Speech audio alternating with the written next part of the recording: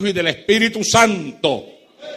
Y el sol se oscureció y el velo del templo se rasgó por la mitad. Y el sol se oscureció y el velo del templo se rasgó por la mitad.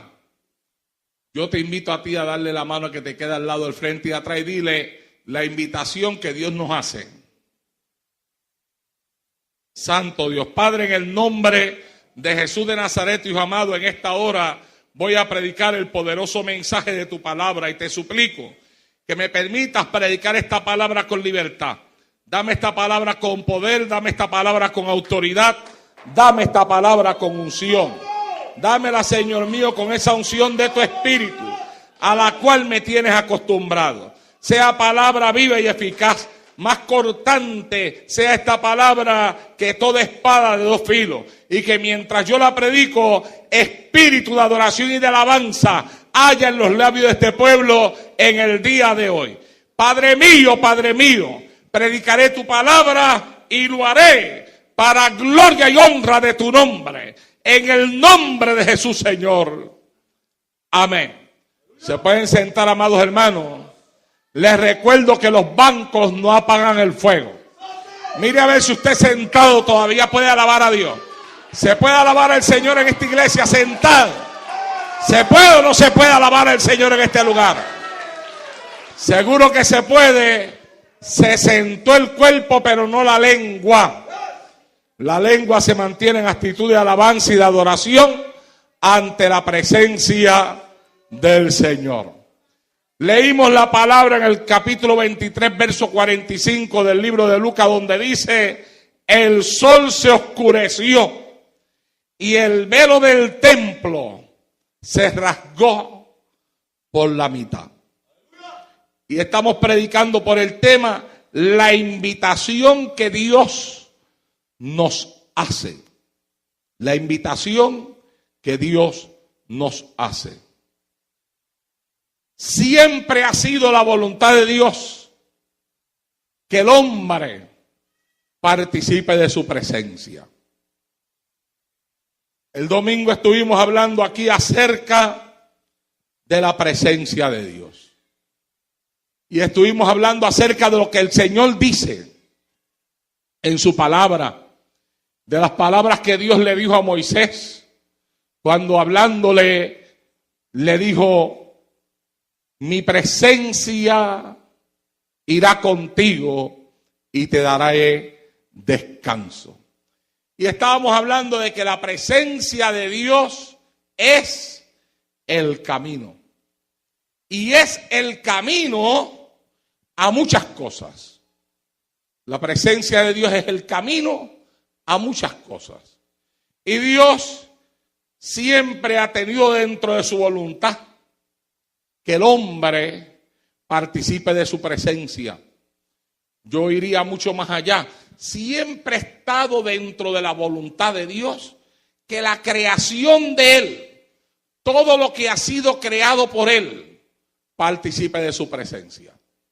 Y meditando en eso en mi casa en estos días, después del culto del domingo, vino a mi mente todo ese ejército de seres celestiales, ángeles, arcángeles, serafines, querubines, todos creados allá en el lugar donde Dios mora, participando de forma directa de la presencia de Dios, envueltos en la presencia de Dios, contemplando la gloria de Dios en lo que humanamente se dice las 24 horas del día.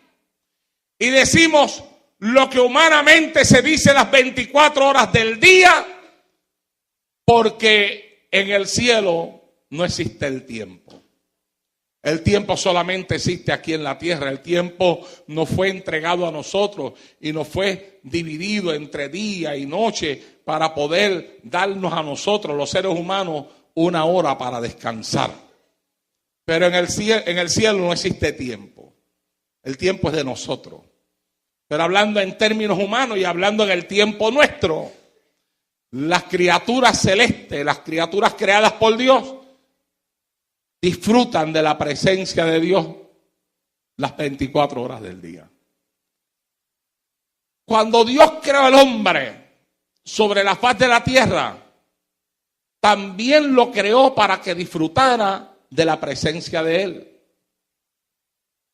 Al punto donde Dios se paseaba en el huerto. Dios hizo al hombre, lo colocó en el huerto y no lo dejó solo en el huerto. Además de todas las cosas que le creó y que le puso en el huerto, le permitía disfrutar de su presencia. Y Dios visitaba el huerto. Se paseaba en el huerto. Los hombres disfrutaban de la presencia de Dios en el huerto. Y yo no tengo problema con creer que el hombre y la mujer disfrutaban de la presencia de Dios en el huerto, porque nosotros ahora le servimos a Cristo y disfrutamos de la presencia de Dios en la iglesia. Y nosotros sabemos cuando el Espíritu de Dios se mueve en la iglesia. Y sabemos cuando se mueve en nuestra vida. Y sabemos cuando se mueve en la casa. Y sabemos cuando se mueve en el baño. Y sabemos cuando se mueve en el automóvil también. Y sabemos que la presencia de Dios nos acompaña las 24 horas del día. Eso es una experiencia nueva para todo ser humano que se lava en la sangre de Jesucristo. Es una experiencia que no conocíamos. Es una experiencia totalmente nueva para todo aquel que acepta a Cristo como Salvador de su alma. No conocíamos esa experiencia. Yo no conocía esa experiencia. Cuando yo me convertí al Señor, viniendo de aquella vida de pecado, donde hay una área de esa vida que ustedes me han escuchado testificar, donde yo no creía en la existencia de Dios, decía que Dios no existía. Cuando yo vine al Señor, yo entendí rápido, no solamente que Dios es real, no solamente que Dios salva, no solamente que el hombre puede tener una experiencia con Dios, sino que entendí que esa experiencia puede ser una experiencia diaria, constante, en la vida de todo hombre y de toda mujer que le sirve a Cristo, porque se convirtió en una experiencia constante para mí. Pude entender lo que me dijo aquella muchacha que me habló el día que me hizo trabajo personal, mientras yo le discutía y ella me hablaba de Cristo, porque quien discutía era yo, ella hablaba y yo discutía. Ella hablaba de Cristo, pero yo le discutía a ella. Y yo le decía que Dios no existía, pero hubo un momento en el cual ella me dijo a mí, ¿sabe usted por qué no puede, usted con sus palabras no puede borrar de mí la creencia que yo tengo de que Dios existe, que Dios es real, que Dios es verdadero? Y yo le dije, ¿por qué? Y me contestó, porque yo a Dios lo siento. 13 años tenía aquella muchacha, pero me dijo, yo a Dios lo siento. Ella a esa temprana edad ya estaba teniendo una experiencia en su vida con la presencia de Dios. Sabía que Dios era real y las palabras que yo le hablaba, me dijo ella, no podían sacar del corazón la realidad de que Dios en su vida se movía y ella lo sentía. Como nadie puede borrar esa realidad tampoco de mi corazón. Y yo creo que es una realidad que no puede ser borrada del corazón de nadie que haya llegado a la iglesia de Cristo y haya tenido una verdadera experiencia de salvación con Él. Y después que se apartan y se descarrían, allá donde se vayan, extrañarán toda su vida la presencia de Dios. Hasta el día que regresen a ella. La única forma que una persona puede dudar de la realidad de Dios después de haber tenido una experiencia con Él es que algún espíritu del infierno se apodere de su mente para sembrarle duda en su corazón. Y aún así eso tiene solución. Porque lo que hay que hacer es correr al altar, humillarse ante la presencia de Dios, decirle al diablo: se acabó, mi vida y mi mente se sincronizan con Dios en esta hora, y con el sacrificio de Él en la cruz del Calvario, la mente de uno es limpiada y la presencia de Dios restaurada en tu vida. Sí, Señor.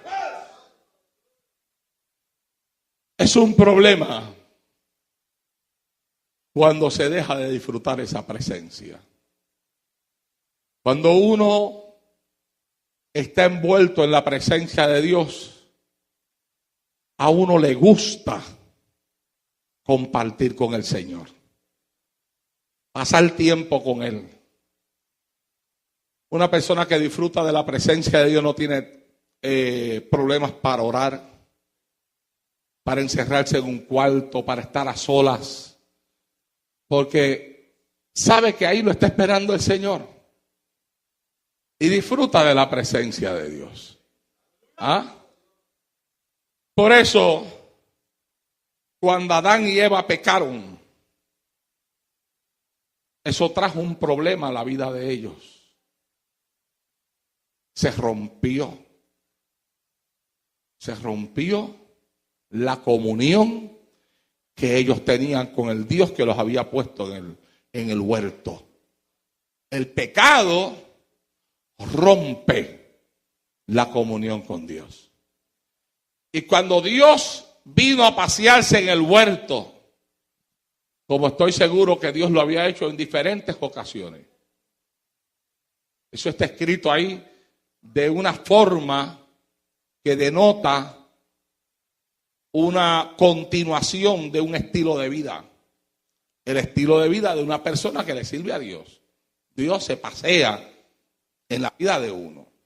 Y Dios salió a pasearse en el huerto, donde estaban Adán y Eva.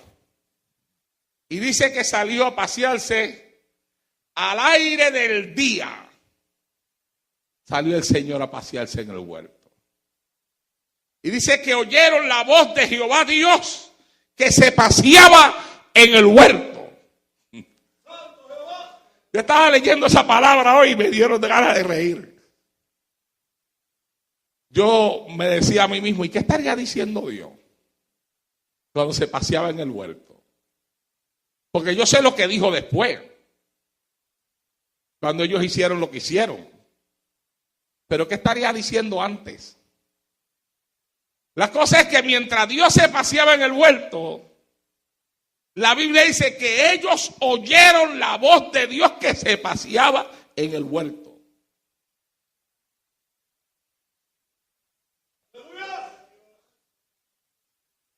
A ver si yo estoy en mi casa y escucho la voz de mi esposa que se pasea en la casa.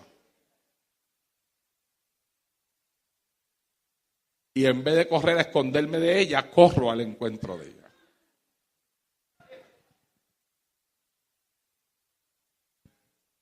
Pero Adán y Eva escucharon la voz de Dios que se paseaba en el huerto, y la Biblia dice: y el hombre y su mujer se escondieron de la presencia de Jehová Dios entre los árboles del huerto. Corrieron a esconderse. ¿Sabe lo que significa eso, hermano? Significa que lo que ellos habían hecho, habían roto la comunión entre ellos y Dios. La comunión trae unidad. Se puede hablar de comunión entre nosotros, los hermanos de la iglesia. Se puede hablar de la comunión entre un hombre y su esposa. Cuando surge una situación, un problema entre algún hermano de la congregación con otro hermano de la congregación, que nunca debiera de pasar eso, porque nosotros somos hermanos en Cristo. Y si pasara, ya Dios nos dio la solución para cuando hay algún conflicto entre hermanos en la congregación. La solución de Cristo es: perdonaos las ofensas los unos a los otros. Esa es la solución de Cristo. ¿Y sabe para qué? Para que se regrese a la comunión, a la unidad. ¿Ve? Ahora, Cuando se rompe la comunión, hay división. Eso es lo que ocurre cuando se rompe la comunión. Si en un hogar un hombre y su esposa tienen un problema, se rompe la comunión entre ellos dos, ella viene y se va para un lado con la cara larga y él se va para el otro lado con la cara larga también. Los dos ponen trompa. ¿Eh? Y a menos que no se busquen y se acerquen el uno al otro y tengan una conversación o se pidan perdón al uno al otro, y a veces hay matrimonios donde eso es bien difícil porque tan altivo es la mujer como lo es el hombre. Y son como dos bueyes machos metidos dentro de una misma cueva. Santo Jehová. Que ninguno encuentra la forma de humillarse ni de pedirse perdón. Y entonces alargan las cosas. Ningún problema en un matrimonio debiera de durar más de un día. ¿Usted sabe eso? Que la Biblia dice que no se ponga el sol sobre nuestro enojo. Ningún problema en ningún matrimonio debiera de durar hasta el otro día. Todo problema debe ser resuelto el mismo día, antes de que se ponga el sol. Pero muchachos, alaba.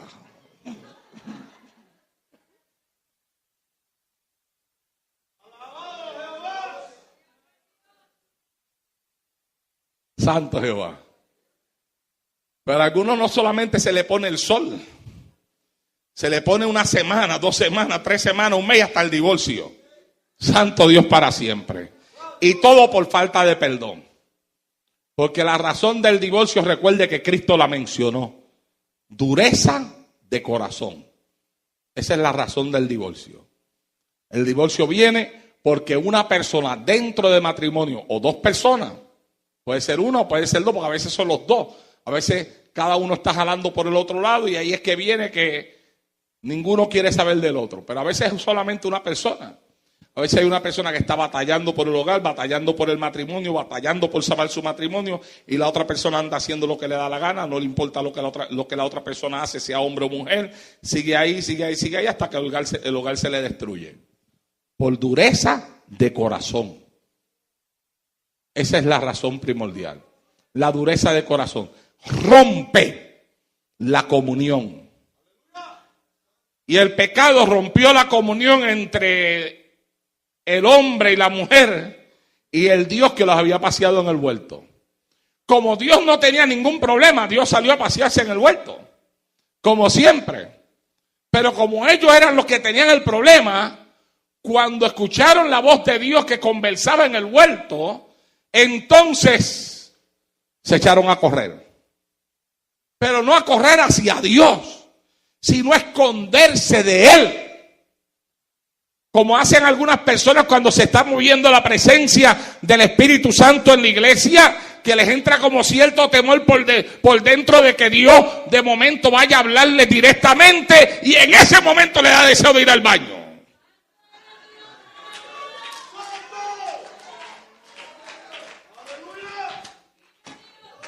Y la salida que dan al baño no es otra cosa que huyendo de la presencia de Dios en la iglesia.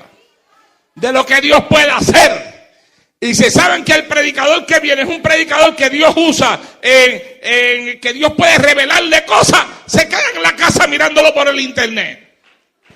Y no saben que Dios hasta por el internet habla. Y Dios hasta por el internet revela. Y que a un predicador en este altar Dios le puede decir, y a ti que me estás escuchando en el internet, que te llamas Pablo, le puede decir hasta el nombre. Dios te está dando una oportunidad. Te quedaste en la casa, faltaste al culto, le puede hacer pasar la vergüenza de su vida. Porque ahí todo el mundo va a empezar a hacer, es verdad, no vino. ¿Ah? Dios hace eso y mucho más, ¿oyó? Dios hace eso y mucho más. Algunas personas a veces me preguntan, ¿por qué será que Dios en este tiempo no hace cosas que hacía antes? Y yo le digo, bueno, tal vez será porque Cristo está tan cerca que algunos juicios que Dios hacía antes están guardados ahora para el tiempo de la gran tribulación. Ese va a ser el castigo de mucha gente que anda mal con el Señor. El castigo de ellos va a ser que se van a quedar cuando suene la trompeta. Santo Dios para siempre. Pero Eso de que antes había personas que Dios le daba contra el piso, eso es verdad. Estos ojitos lo vieron. Y yo he sido testigo de eso hasta predicando en otros lugares. De cómo Dios me llevó a señalar a una persona que estaba faltándole el respeto a la palabra que yo predicaba desde el altar, riéndose en el banco, charlando a todo lo que da. Tiré varias veces indirectas para ver si se callaba y dejaba de hacerlo. Como no lo dejó de hacer, lo señalé y le hablé y cayó al piso y empezó a darse cantazos contra el piso. Y vino mi amado hermano que todos los que estaban sentados en los bancos tenían que estar levantando las piernas porque Dios lo trajo por medio de los bancos hasta que lo chocó contra el altar. Y Dios todavía puede hacer eso. Yo lo creo que Dios puede hacer eso. No le pido que lo haga, porque yo no le pido a Dios que haga nada. Dios hace conforme a su voluntad. A veces hay gente que dice, yo quisiera que llegara el tiempo que Dios matara unos cuantos mentirosos. Ten cuidado que no vaya a ser que se te salga a ti una mentira y el primero que mate seas tú.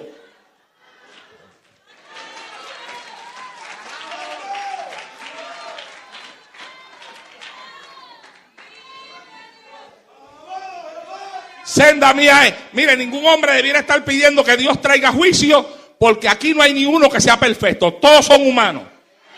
Y nadie debe estar pidiendo juicio. Todo el mundo debiera estar pidiendo misericordia. Y el juicio se le deja a la voluntad del Señor. El Señor sabe a quién le tiene que traer juicio, a quién le pone la mano, a quién no se lo pone. Y no es como tú piensas ni como tú quieres.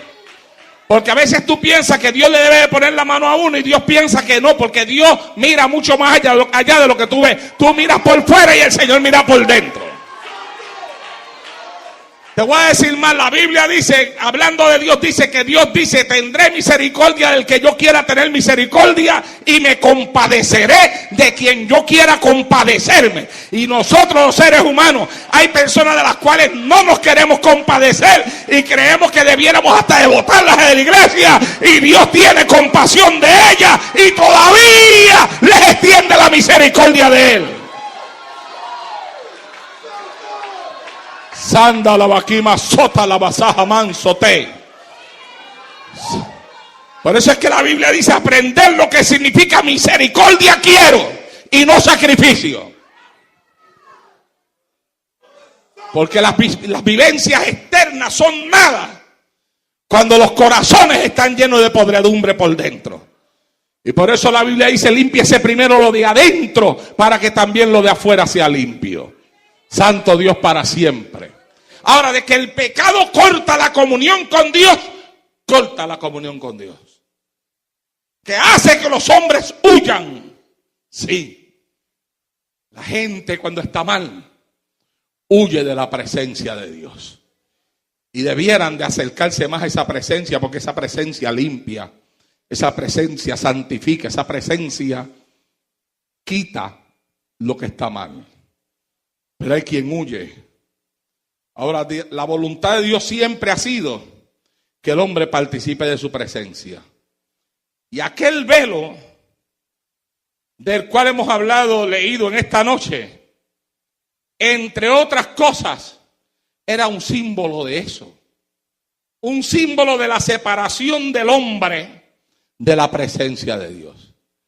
El velo estaba puesto cubriendo el lugar santísimo, donde se simbolizaba allá adentro la misma presencia de Dios. El cielo, el trono de Dios.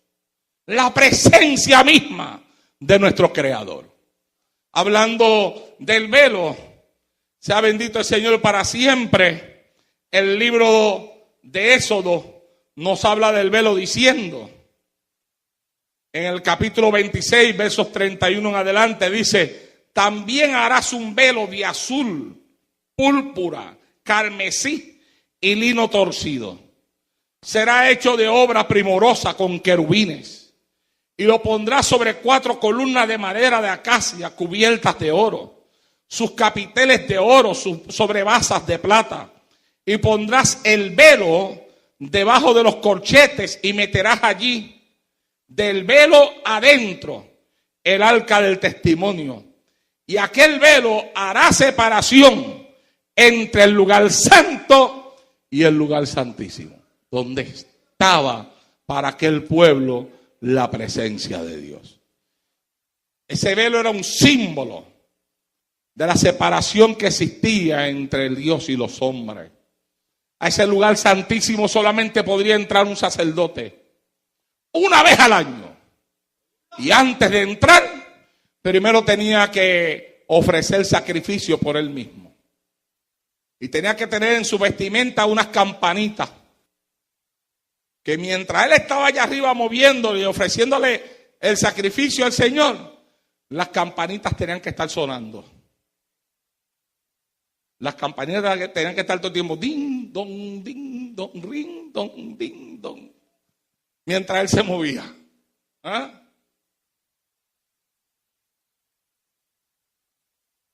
Y si las campanitas dejaban de moverse, había que jalar una cuerda que estaba pegada a él. Había una posibilidad de que estuviera muerto. Así era el asunto. Así de serio era el asunto. Así de seria también era la ley.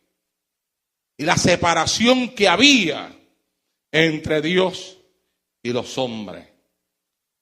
Esa separación es de la que habló Isaías en el capítulo 53, verso número 1 de su libro, donde puso: he aquí, no se ha cortado la mano de Jehová para salvar, ni se ha agravado su oído para oír, pero vuestras iniquidades han hecho división entre vosotros y vuestro Dios, y vuestros pecados han hecho ocultar de vosotros su rostro para no oír.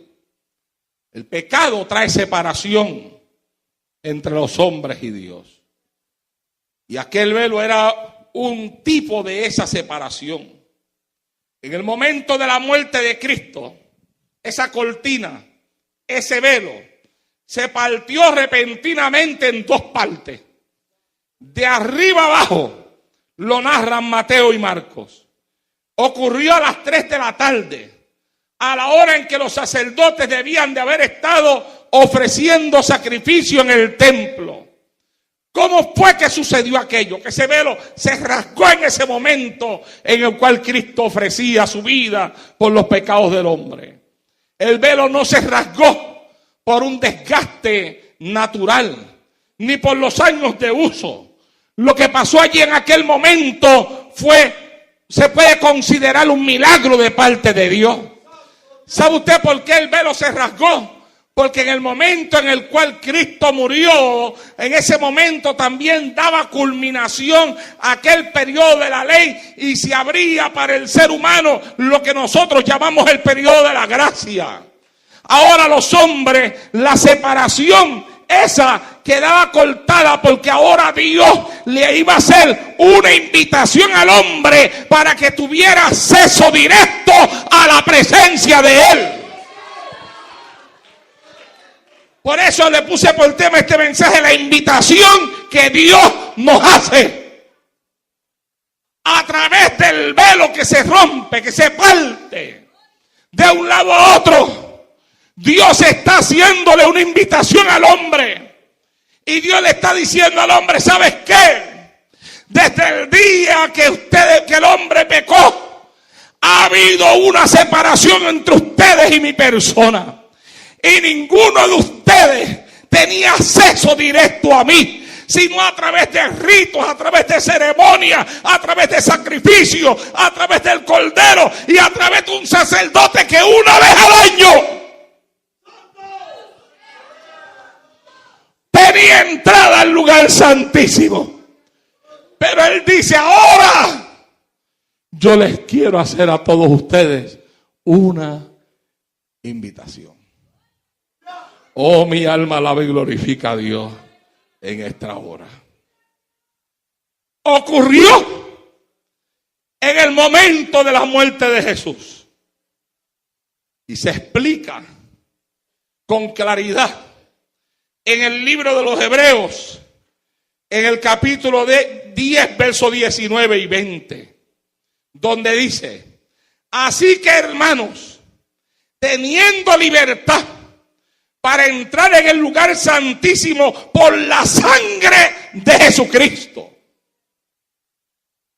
Por el camino nuevo y vivo que Él nos abrió a través del velo. ¿Cuántos me están siguiendo? Fíjate bien, porque lo que ocurrió con el velo era un símbolo de lo que estaba ocurriendo con Cristo en la cruz. En el mismo momento que Cristo moría y el velo se rasgaba de arriba abajo. Él está diciendo: ahora, hermanos, nosotros tenemos libertad, dice Él, para entrar en el lugar santísimo. Antes no se podía. Antes era el sacerdote una vez al año. Ahora, todos los que están aquí tienen libertad para entrar al lugar santísimo. Y no es un lugar terrenal. Porque el lugar santísimo era un simbolismo de lo que está arriba, de lo que está el cielo. El lugar santísimo es allá donde está la misma presencia de Dios. Y hasta allá, hasta ese lugar santísimo, entró nuestro sumo sacerdote. ¿Cuántos saben que Cristo es nuestro sumo sacerdote? Y Cristo traspasó los cielos y se metió hasta el mismo lugar santísimo, delante de la presencia del mismo Dios, como sacerdote nuestro. Y no solamente como sacerdote nuestro, sino como cordero inmolado por los pecados del hombre sobre la faz de la tierra. Y allá se metió delante de Dios y le dijo a Dios: ¿sabes qué? Mira, yo en todo lo que hice he adquirido ciertos derechos para ellos. Yo soy el cordero. Ya no hay que ofrecer más corderos allá abajo en la tierra, porque ahora aquí delante de ti va a haber un cordero eterno. Aquí están mis heridas, aquí están mis marcas, las huellas están en mí. Yo ofrecí mi vida por todos ellos. Y ahora, además de eso, yo soy el sacerdote de ellos, que va a estar clamando ante tu presencia día y noche. Alabado sea el Señor en esta hora. Y además de eso, ahora, además de ser su sacerdote, yo soy el abogado de ellos. Y ellos tienen un acusador y yo soy el abogado. Y ellos tienen a alguien que los va a condenar y yo soy el que los va a defender. Alabado sea Dios en esta hora. Cristo es, por donde quiera que tú lo mires, Cristo es lo mejor que le ha pasado al hombre sobre la faz de esta tierra.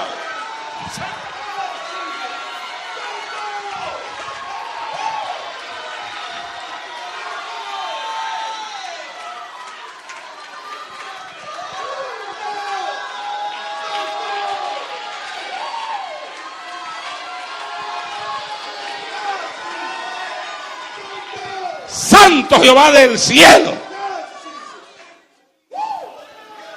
Y mira cómo lo explica el apóstol en Hebreos capítulo 10, verso 10. Es que me encanta su explicación. Así que, hermanos, teniendo libertad para entrar en el lugar santísimo por la sangre de Jesucristo. La invitación que Dios nos hace. Dios nos está haciendo a todos nosotros una invitación a entrar al lugar santísimo.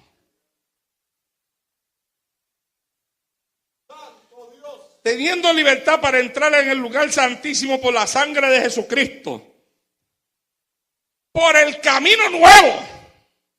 Hay un camino nuevo. Las viejas formas, los viejos métodos, las tradiciones religiosas que tenía el pueblo judío ya no sirven. Ahora hay un nuevo camino, por el camino nuevo y vivo que Él nos abrió a través del velo, y ahora nos enseña de qué era simbolismo el velo. Esto es de su carne. Oh, mi alma alaba y glorifica a Dios en esta hora. ¿Tú me estás siguiendo? El velo era símbolo de la carne de Cristo. De la misma forma que el velo fue abierto, la carne de Cristo fue abierta. Oh Señor, santo Dios. Oh gloria a Dios. ¿Ah? La carne de Cristo fue abierta. Abierta a puñetazos. Abierta a latigazos. Abierta con clavos. Abierta con coronas de espinas. Abierta con una lanza que traspasó su costado.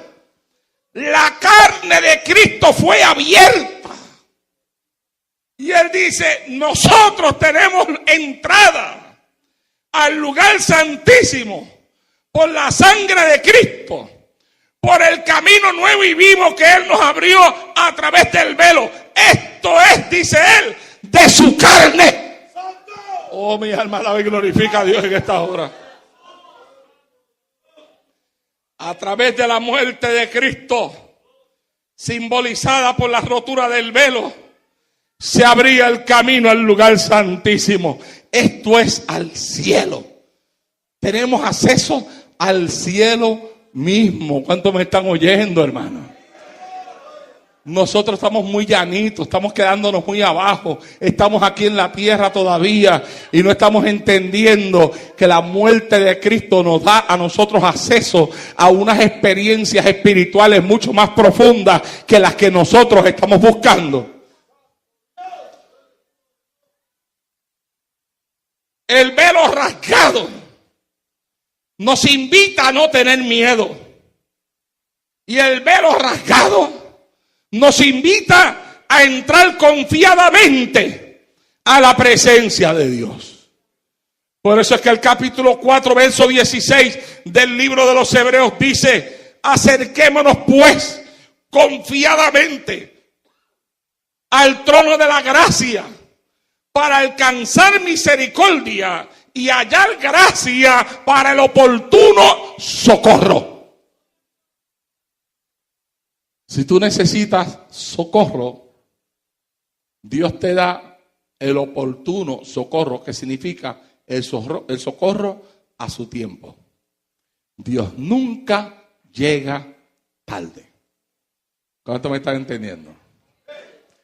Y usted me puede preguntar a mi pastor, ¿y por qué si Dios nunca llega tarde? Hay cosas que a uno le pasan en esta vida, que uno le pide a Dios que las evite y Dios no las evita. Bueno, porque Dios tiene planes con tu vida. Y hay cosas que Él no va a evitar. Y Él dice en su palabra: lo que yo hago tú no lo entiendes ahora, mas lo entenderás después.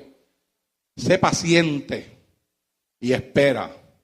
Dios sabe explicarse a sí mismo. Y hay cosas que el mismo tiempo no las explica. Pero Dios no falla. ¿Cuántos creen que Dios no falla? Dale la mano que está a tu lado, de frente y atrás, dile: Dios no falla.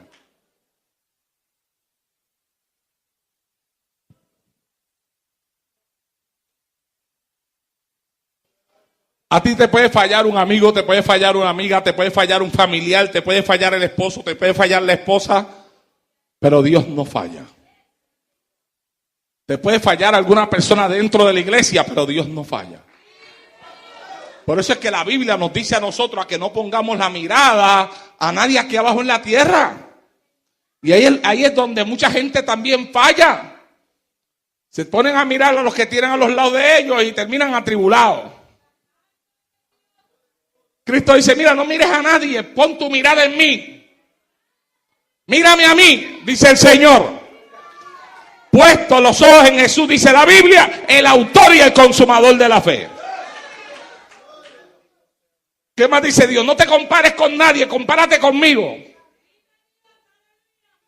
Debiéramos de quedarnos en el área donde nadie puede competir con nosotros. Y usted sabe dónde es el área donde nadie podrá competir con nosotros. Que habló Isaías en el capítulo 53, verso número 1 de su libro, donde puso: he aquí, no se ha cortado la mano de Jehová para salvar, ni se ha agravado su oído para oír, pero vuestras iniquidades han hecho división entre vosotros y vuestro Dios, y vuestros pecados han hecho ocultar de vosotros su rostro para no oír. El pecado trae separación entre los hombres y Dios. Y aquel velo era un tipo de esa separación.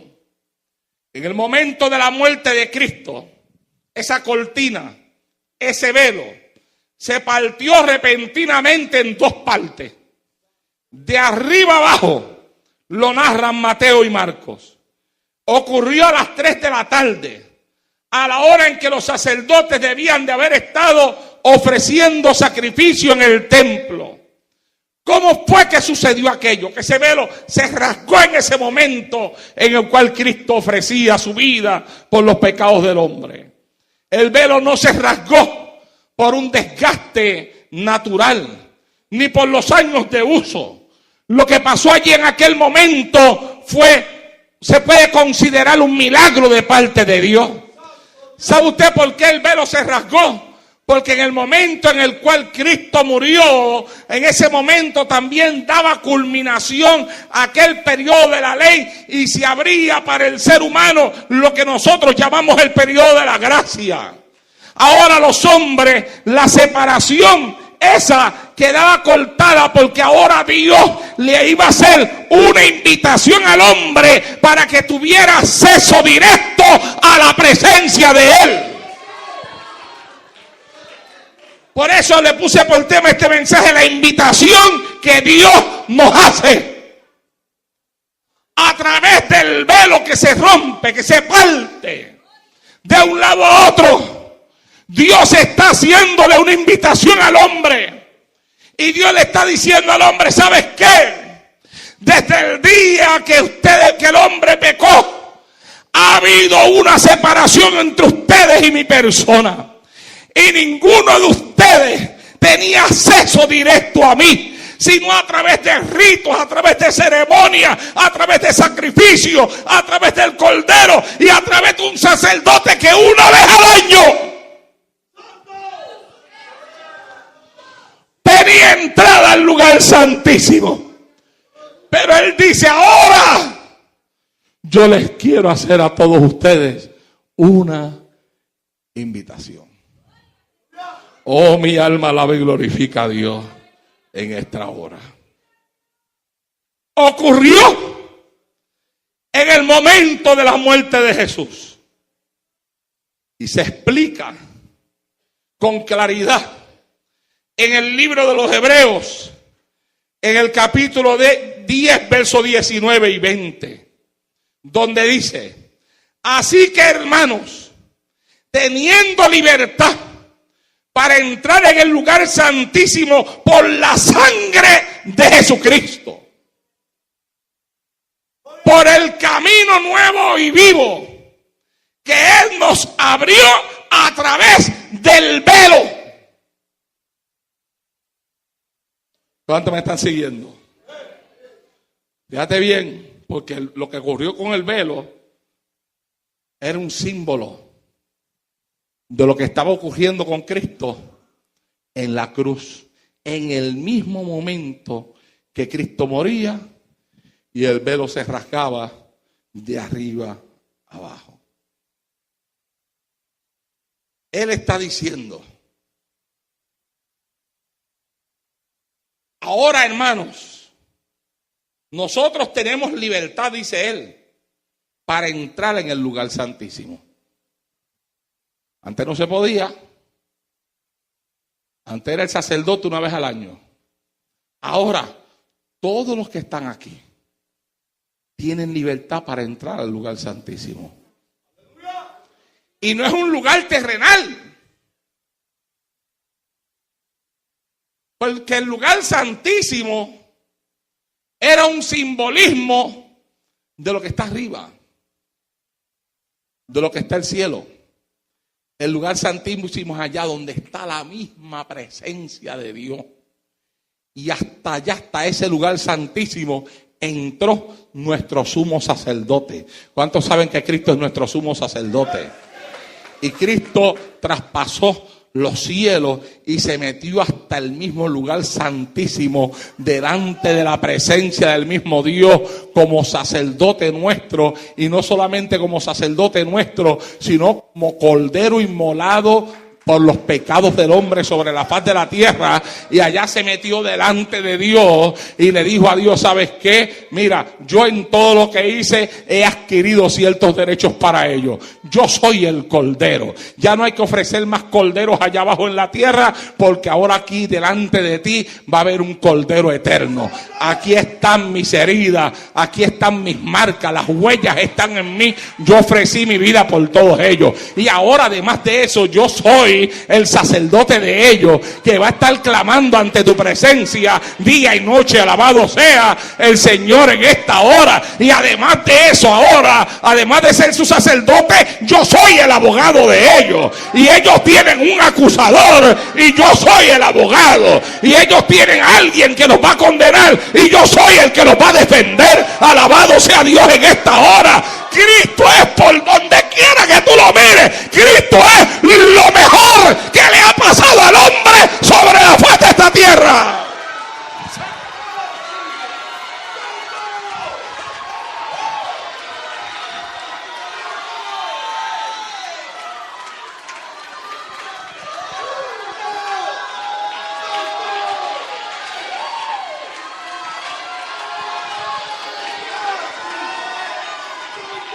Santo Jehová del cielo.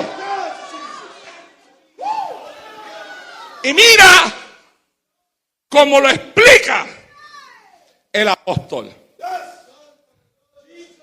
en Hebreos capítulo 10, verso 10. Es que me encanta su explicación.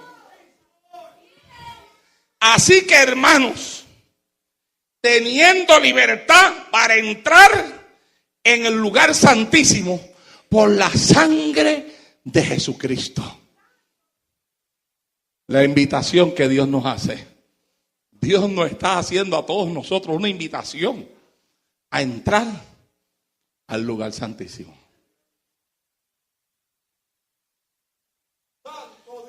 Teniendo libertad para entrar en el lugar santísimo por la sangre de Jesucristo, por el camino nuevo. Hay un camino nuevo. Las viejas formas, los viejos métodos, las tradiciones religiosas que tenía el pueblo judío ya no sirven. Ahora hay un nuevo camino, por el camino nuevo y vivo que Él nos abrió a través del velo, y ahora nos enseña de qué era simbolismo el velo. Esto es de su carne. Oh, mi alma alaba y glorifica a Dios en esta hora. ¿Tú me estás siguiendo? El velo era símbolo de la carne de Cristo. De la misma forma que el velo fue abierto, la carne de Cristo fue abierta. Oh Señor, santo Dios. Oh, gloria a Dios. ¿Ah? La carne de Cristo fue abierta. Abierta a puñetazos. Abierta a latigazos. Abierta con clavos. Abierta con coronas de espinas. Abierta con una lanza que traspasó su costado. La carne de Cristo fue abierta. Y Él dice, nosotros tenemos entrada al lugar santísimo por la sangre de Cristo, por el camino nuevo y vivo que Él nos abrió a través del velo. Esto es, dice Él, de su carne. Oh, mi alma alaba y glorifica a Dios en esta hora. A través de la muerte de Cristo, simbolizada por la rotura del velo, se abría el camino al lugar santísimo. Esto es al cielo. Tenemos acceso al cielo mismo. ¿Cuántos me están oyendo, hermano? Nosotros estamos muy llanitos, estamos quedándonos muy abajo, estamos aquí en la tierra todavía y no estamos entendiendo que la muerte de Cristo nos da a nosotros acceso a unas experiencias espirituales mucho más profundas que las que nosotros estamos buscando. El velo rasgado nos invita a no tener miedo, y el velo rasgado nos invita a entrar confiadamente a la presencia de Dios. Por eso es que el capítulo 4, verso 16 del libro de los Hebreos dice: acerquémonos pues confiadamente al trono de la gracia para alcanzar misericordia y hallar gracia para el oportuno socorro. Si tú necesitas socorro, Dios te da el oportuno socorro, que significa el socorro a su tiempo. Dios nunca llega tarde. ¿Cuánto me están entendiendo? Y usted me puede preguntar a mi pastor: ¿y por qué si Dios nunca llega tarde? Hay cosas que a uno le pasan en esta vida, que uno le pide a Dios que las evite y Dios no las evita. Bueno, porque Dios tiene planes con tu vida. Y hay cosas que Él no va a evitar. Y Él dice en su palabra: lo que yo hago tú no lo entiendes ahora, mas lo entenderás después. Sé paciente y espera. Dios sabe explicarse a sí mismo. Y hay cosas que el mismo tiempo no las explica. Pero Dios no falla. ¿Cuántos creen que Dios no falla? Dale la mano que está a tu lado, de frente y atrás, dile: Dios no falla.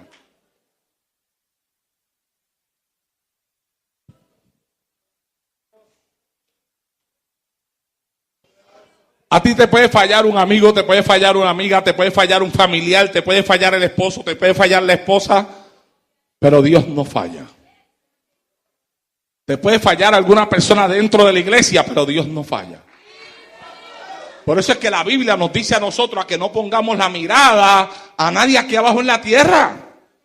Y ahí es donde mucha gente también falla. Se ponen a mirar a los que tienen a los lados de ellos y terminan atribulados. Cristo dice: mira, no mires a nadie, pon tu mirada en mí. Mírame a mí, dice el Señor. Puesto los ojos en Jesús, dice la Biblia, el autor y el consumador de la fe. ¿Qué más dice Dios? No te compares con nadie, compárate conmigo. Debiéramos de quedarnos en el área donde nadie puede competir con nosotros. Y usted sabe dónde es el área donde nadie podrá competir con nosotros. Es en la virtud de hacer que sobre esta tierra se mueva la presencia de Dios. Porque ese es el propósito de Dios a través de su iglesia. Hacer que su presencia se mueva donde quiera que esté el cuerpo de Cristo, que es la iglesia. Eso nos toca a nosotros. Los pecadores mueven el pecado. Nosotros movemos el perdón de Dios. Los pecadores mueven la injusticia y la maldad. Nosotros movemos la misericordia y la sangre de Cristo que los limpia de todo pecado. Los pecadores se entregan a toda suerte de maldad sobre la faz de esta tierra.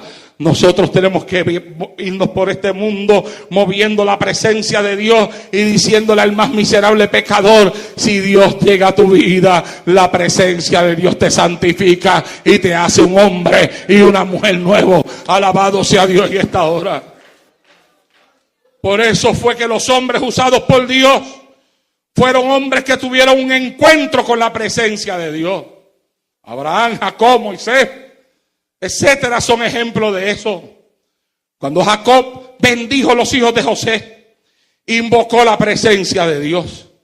En Génesis 48, verso 15, Jacob decía al bendecir, dice: y bendijo a José diciendo: el Dios en cuya presencia anduvieron mis padres. ¿Cuántos me oyen? Vamos a escuchar esta bendición. El Dios en cuya presencia anduvieron mis padres, Abraham e Isaac. El Dios que me mantiene desde que yo soy hasta este día. el ángel que me liberta de todo mal, bendiga a estos jóvenes y sea perpetuado en ellos mi nombre y el nombre de mis padres Abraham e Isaac, y multiplíquense en gran manera en medio de la tierra.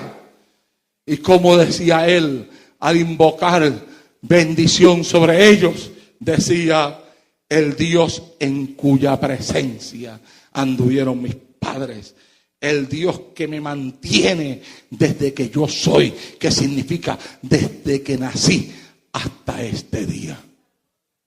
Él invocó la presencia de Dios. Cuando Abraham mandó a buscar esposa para Isaac, invocó la presencia de Dios. La Biblia dice que Génesis 24:40, entonces él me respondió: Jehová, en cuya presencia he andado, enviará su ángel contigo y prosperará tu camino. Y tomarás para mi hijo mujer de mi familia y de la casa de mi padre.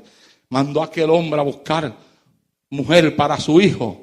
Invocó la presencia de Dios sobre de él.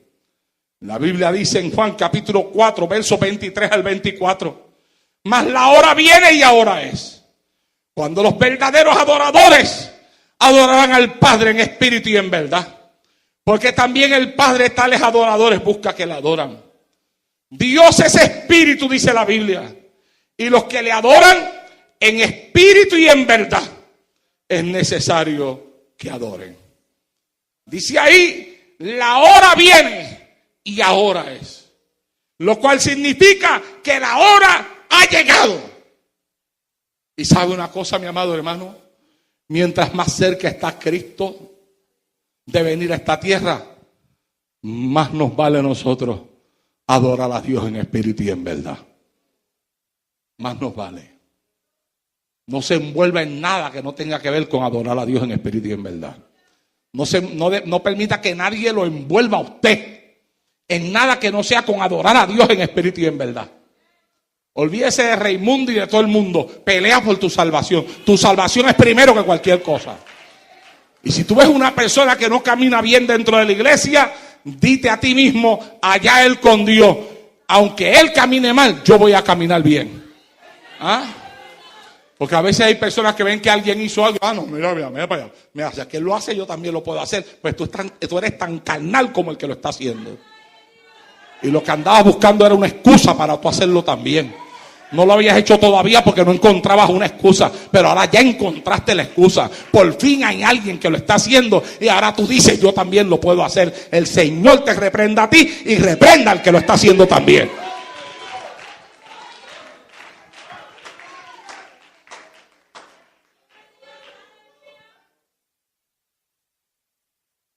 El espiritual no habla así. El espiritual dice: el que quiera andar de su manera, que camine a su manera. Yo voy a caminar a la manera de Dios. El que se quiera perder, que se pierda. Yo me voy a salvar. El que quiera hacer las cosas como le da la gana, ya ellos. Yo no voy a hacer las cosas como a mí me da la gana. Cuando yo era miembro de la iglesia allá en Ponce, había un montón de gente que andaban como le daba la gana. Mi pastor era un hombre bueno, un hombre santo, un hombre serio, con una palabra poderosa desde el altar. Pero siempre había quien hacía las cosas como quisiera.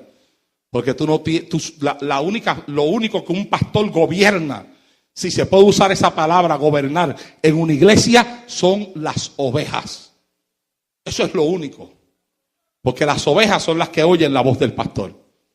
La Biblia dice: mis ovejas oyen mi voz y me oyen y me siguen. ¿Ah?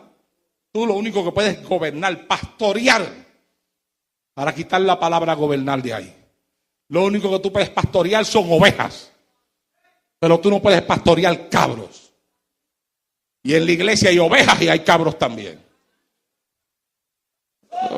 Si usted es oveja, ríase. Digo, y si es cabro, ríase también para que todo el mundo piense que es oveja.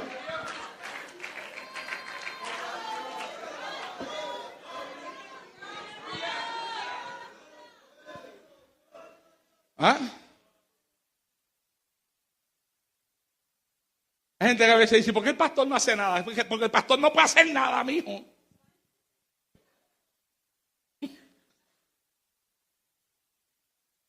Porque la única forma que el pastor podría hacer algo, ¿sabes cómo es? Metiéndose dentro de la gente misma, metiéndose por dentro.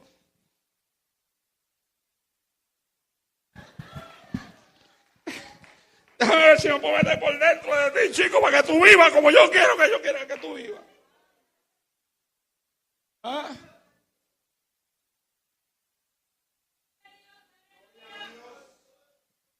Pero por más que yo trate de meterme por dentro de una persona, yo no me la puedo meter. ¿Ah? Yo digo, Señor, si yo me le pudiera meter por dentro a esa hermana, le bajo el juego a la falda que tiene puesta.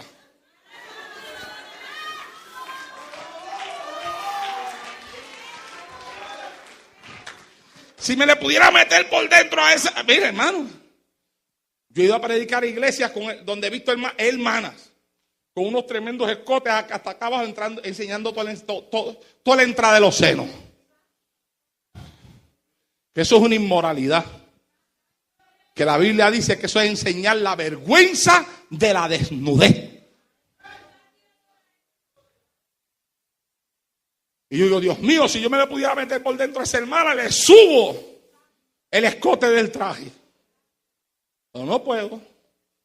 Y hay otras por ahí que si me le pudiera meter por dentro, le quito cuanta pintura se ponen en la cara. Señor, reprenda al diablo.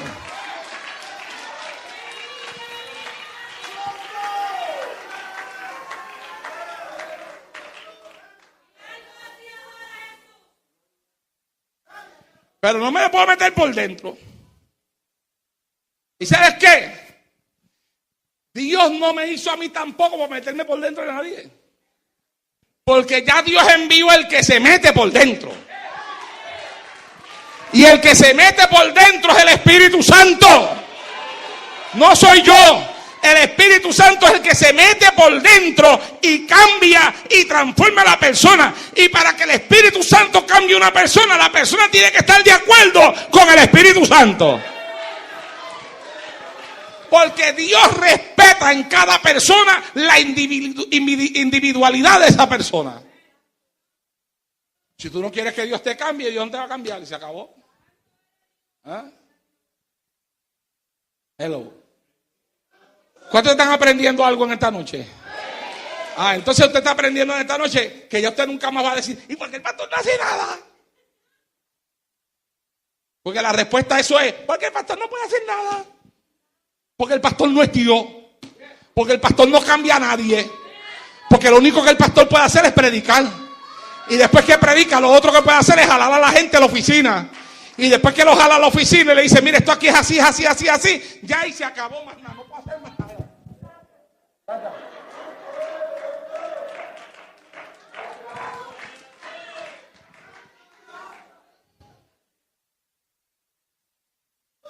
Porque no lo han entrado a bofetar.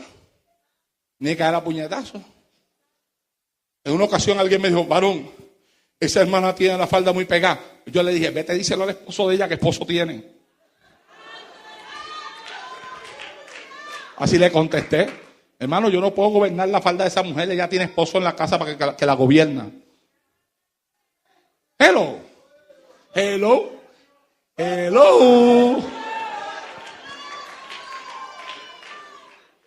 ¿Están aquí? Ay, Señor. Yo le estoy diciendo a ustedes que la Biblia dice que la hora viene y ahora es. No es mañana es ahora es. No es de aquí a 2 meses es ahora es. No es el año que viene es ahora es. No es la semana que viene es ahora es. La hora viene y ahora es cuando los verdaderos adoradores adorarán al Padre en espíritu y en verdad. Es ahora.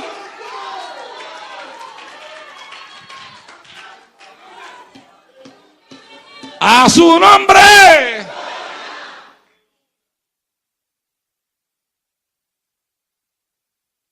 Tenemos que aprender a luchar en oración hasta vencer. Y voy a terminar. Génesis capítulo 32, verso 24 habla de cómo Jacob luchó su bendición. Dice, así se quedó Jacob solo y luchó con él un varón hasta que rayaba el alba. Y cuando el varón vio que no podía con él, tocó en el sitio del encaje de su muslo y se descoyuntó el muslo de Jacob mientras con él luchaba. Y dijo, déjame, porque raya el alba. Y Jacob le respondió, no te dejaré si no me bendices. Y el varón le dijo, ¿cuál es tu nombre? Y él respondió, Jacob. Y el varón le dijo, no se dirá más tu nombre Jacob, sino Israel, porque has luchado con Dios y con los hombres y has vencido. Hay que aprender a luchar en oración. Y hay que aprender a luchar en oración hasta vencer. Hasta vencer. Yo siempre estoy leyendo acerca de la oración. A mí me gusta cultivar mi vida de oración. Y me gusta leer libros de la oración. Cualquier escrito que encuentre acerca de la oración. Yo siempre digo que siempre hay algo que aprender de alguien. Siempre hay algo que alguien dice que a uno lo toca. Y en estos días estuve leyendo un artículo acerca de la oración. Y me encontré con cosas que me tocaron. Cada día yo entiendo más que la oración es lo que eleva al creyente al nivel en el cual puede encontrarse a él mismo metido en la presencia de Dios. Es nuestra falta de oración la que nos lleva a decaer espiritualmente. ¿Y sabes cuál es lo malo, según dicen algunas personas? Que después que se cae de la vida de oración, según ellos, es difícil reponerla de nuevo. Dicen que se les hace difícil, que antes oraban muchas horas y ahora se les hace difícil orar hasta 30 minutos. ¿Sabe usted qué? Nada es difícil para aquellos que le sirven al Señor. Lo que pasa es que nuestra mente se coloca en una posición que es la que hace las cosas difíciles. O sea, cuando tú vas a orar, si tú eres una persona que has decaído en la oración, tú no puedes irte a medir tu oración con el tiempo en el que orabas 3 horas. O sea, tú andas buscando en 10 minutos lo que sentías en 3 horas. Y no es así. La persona que ha decaído tiene que entender que para volverse a levantar va a comenzar de nuevo desde abajo. Y va a comenzar como si fuera un recién convertido. No lo eres tal vez por el tiempo que llevas en la iglesia, pero sí lo eres en el sentido de que tu vida espiritual se ha ido por completo abajo y tienes que comenzar de nuevo desde el principio. No se alcanza 3 ni 4 horas de oración de la noche a la mañana. No fue así cuando te convertiste a Cristo. No va a ser así ahora tampoco. La vida de oración es un asunto de cultivar. Cultivar la presencia de Dios en uno. Para eso uno tiene que separar un espacio de tiempo.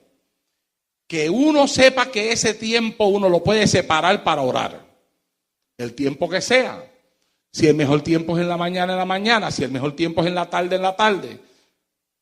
Pero tú tienes que separar un espacio para ti donde tú puedas orar. Ese día, ese tiempo que has separado todos los días, tú te vas a buscar un lugar aparte, secreto, donde tú estés solo. Tú vas a decirle a los que están en tu casa, yo no quiero que me molesten porque ahora yo voy a orar. Y además de eso, vas a cerrar la puerta, vas a bajarle el volumen al celular porque el tiempo de la oración no es un tiempo para ser interrumpido por nada ni por nadie.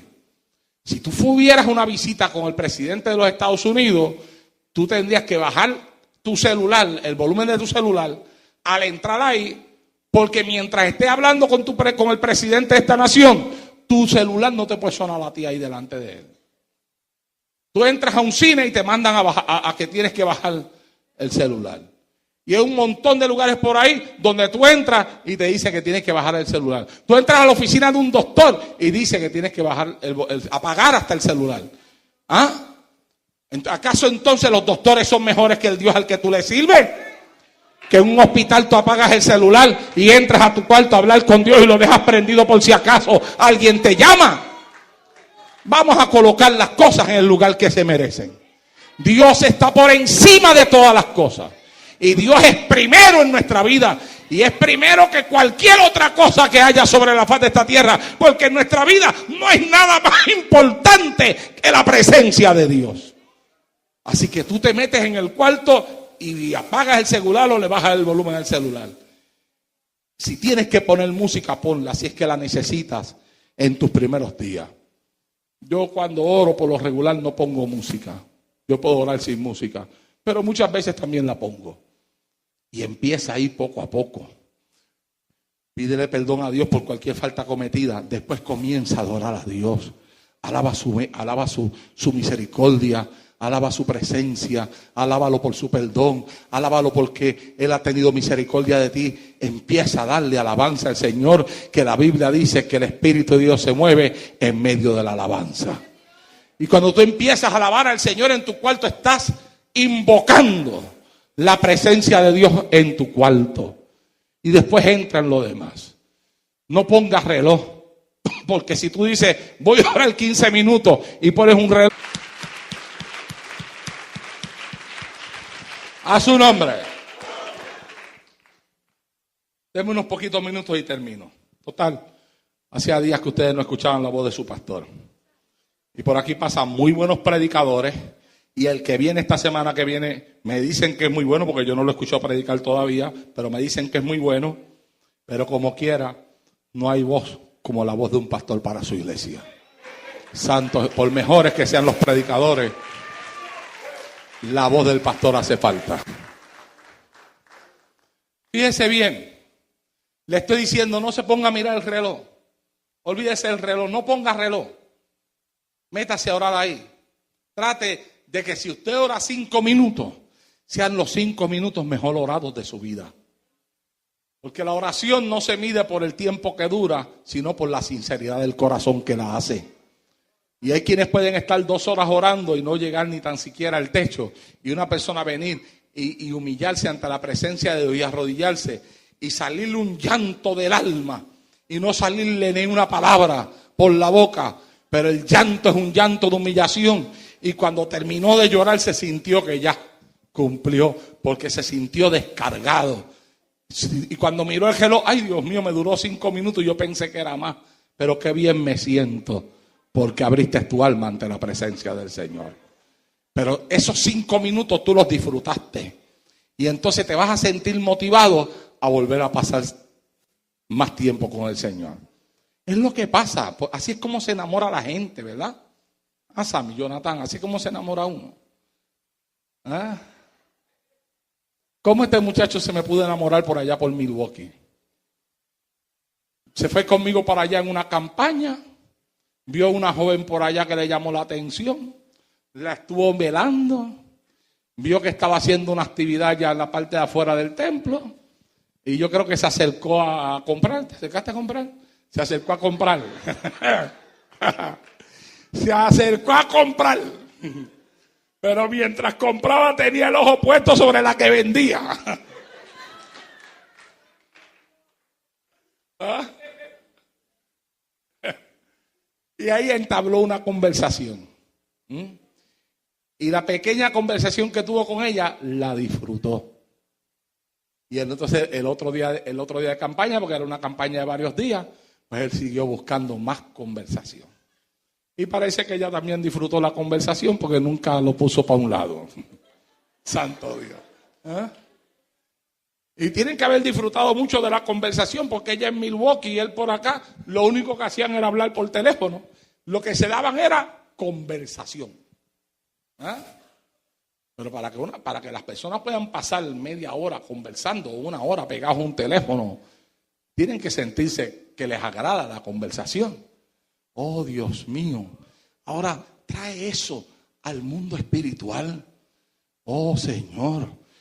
¿Te agradará a ti conversar con Dios? Será bueno conversar con el Señor. Se podrá disfrutar el conversar con el Señor. Oh, mi alma alaba y glorifica al Señor. ¿Ah? A veces mi hija Keila se levantaba y me decía, Jonathan anoche casi no me deja dormir orando allá arriba, papi. Porque el cuarto de él quedaba encima del cuarto de ella. Tienes que decirle que baje la voz cuando está orando.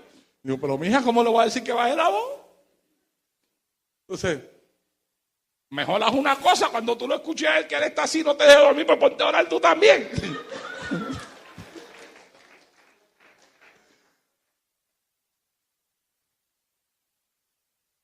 Es así. Disfruta la oración. Comienza esta misma noche cuando llegues a tu casa.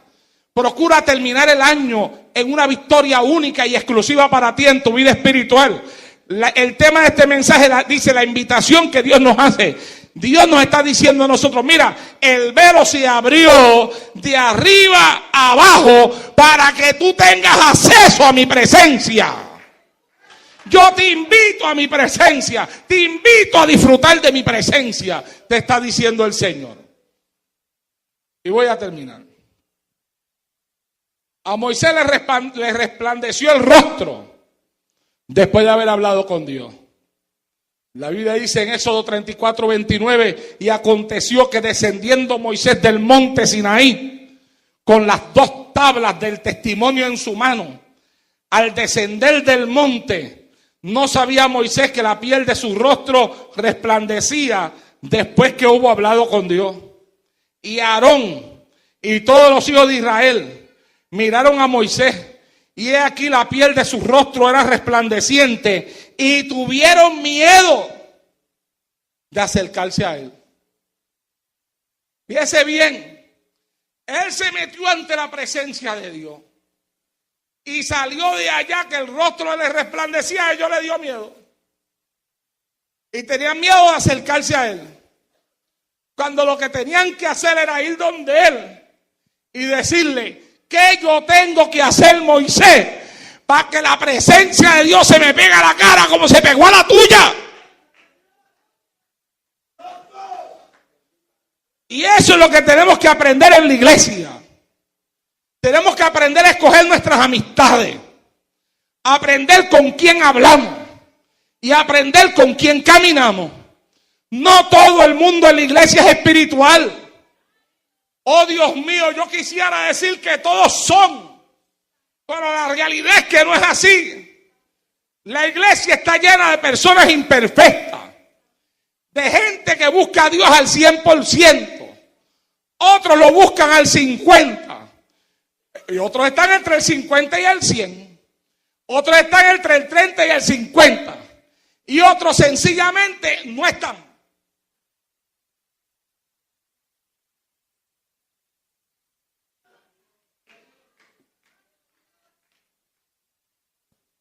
Y escúchame, ¿tú sabes por qué yo estoy aquí todavía en este altar? Porque en mi vida cristiana, desde que comencé en los caminos del Señor, yo siempre me he pegado de aquel que yo veo que está pegado de Dios. Desde que empecé. Miren, la iglesia en la cual nosotros pertenecíamos, ¿verdad, nena? Allí había gente desobediente, allí había gente que el pastor decía, no se pueden ir para ese lugar, y ellos se iban. Mira, nos visiten en ese sitio ahí, lo que se está moviendo es un espíritu de error. Ellos se iban para allá. Y después invitaban a uno. Pero yo decía, no. ¿Y tú sabes a quién yo me pegaba? A los que obedecían al pastor. Y entonces, y al negrito lindo, Carlos Cosme, que ese fue el que me enseñó a orar. Y ustedes han escuchado la historia. Ese me enseñó a orar. Ese me cogió el mismo primer día, me arrodilló al lado de él. Y aunque las rodillas se me dormían, a los 5 minutos ya yo tenía mis rodillas que yo no las aguantaba. Yo me quise levantar y él me cogió por el hombro y me dijo, ¿para dónde va? Y me bajó. Yo le dije, no, es que las rodillas me duelen. Tengo las rodillas dormidas. Y me dice, pues tienes que echar callo en la rodilla. Si te levantas de ahí, no echas callo. Quédate ahí hasta que eches callo.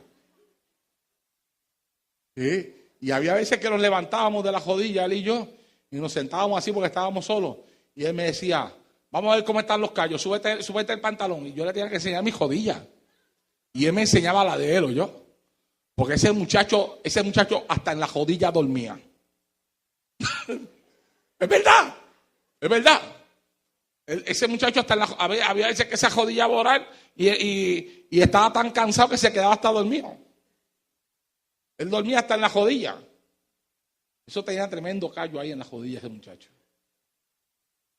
Y yo eché tremendos callos también en la mía. ¿Ah? Y a mí siempre me gustó arrodillarme a orar ante la presencia de Dios. Y una de las cosas que a veces yo lamento por mi condición de la espalda es esa, que no puedo estar arrodillado como yo me arrodillaba antes. Y tengo que estar orando en mi cuarto sentado en una silla. Pero hay ocasiones en las cuales la humillación es tanta que digo, ¿sabes qué, Señor? Aunque me duela la espalda, aquí voy y me tiro ahí. Y después que estoy un rato ahí en mi cuarto, ahí arrodillado, porque siento que mi espíritu le hace falta arrodillarse. Después cuando me voy a levantar estoy batallando para levantarme, pero con el corazón contento. Alabado sea Dios en esta hora. Aleluya. Ellos, en vez de acercarse a Moisés para decirle, Moisés, ¿qué tenemos que hacer para que el rostro de Dios se pegue también de nuestra cara? No, dice aquí que ellos tuvieron miedo de acercarse a él. No se acercaron. No tengas miedo de acercarse a alguien que es espiritual. Ten miedo de acercarte al que no es espiritual.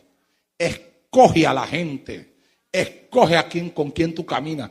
Escoge con quién tú hablas por teléfono. Escoge con quién tú te mandas mensajes de texto. Escoge. Y escoge para tu bien. Que por eso es que hay tanta carnalidad en la vida de mucha gente. Porque cuando se acercan a una persona que lo que viene a hablarle es, mira, de deporte. ¿Qué deporte ni deporte? Si aquí en la iglesia eso no sirve para nada. Aquí lo que sirve es Cristo. ¿Qué me importa a mí qué equipo está ganando? ¿Qué me importa a mí qué boxeador fue el que boxeó y ganó? ¿Y qué boxeador fue el que perdió? A mí lo que me importa es quién es el que está ganando esta pelea que estoy librando yo en esta tierra. Si la está ganando el Cordero de Dios o la está ganando otro. ¿Ah? Dime con quién anda y te diré quién eres. Un mensaje que yo prediqué en esta iglesia. Búsquelo, escúchelo. Caminas con un chismoso, chismoso será. Caminas con un carnal, en carnal te vas a convertir. Métete con gente que ora para que aprendas a orar. Con gente que ayuna para que te motiven al ayuno. Con gente que alaba a Dios para que te enseñen a alabar al Señor también. Con gente que no se pierde un culto para que tú vengas siempre a la iglesia. Alabado sea Dios en esta hora. Con gente que invoca la presencia de Dios sobre su vida. Dile, yo veo que tú estás lleno de la presencia de Dios. ¿Qué yo tengo que hacer para llenarme como tú te llenas? Porque Dios te está invitando a entrar en su presencia. Quiero mencionar algunos pensamientos sueltos que escribí después de que llegué a la conclusión de este mensaje, que ya lo concluí. Para que usted no se dio cuenta. Pero después que lo concluí me llegaron unos pensamientos sueltos. Y los escribí, son 4 pensamientos. Los escribí y... Perdón, 3. Voy a pasar por alto uno porque hay un pensamiento ahí que lo puedo hablar en otro mensaje. Y es más largo y ustedes ya no quieren que yo me extienda más. Voy a pasar el más largo y voy a mencionar 3. Número 1. Tenemos que darnos cuenta de que lo que estamos buscando es la presencia de Dios. Hay gente que andan buscando muchas cosas y no saben lo que andan buscando. Tú tienes que entender que lo que tú andas buscando es la presencia de Dios. Por eso, cuando nos convertimos, nos emocionamos tanto. Todo aquel que cuando se convirtió de corazón, sabe que el día que aceptó a Cristo, ese día salió bien emocionado de ese lugar. Sintió una cosa, porque eso era lo que estaba buscando, a Cristo. Por eso es que cuando nos convertimos nos emocionamos tanto, porque encontramos la salvación. Pero para encontrar la salvación, primero teníamos que encontrarlo a Él. ¿Y sabes qué?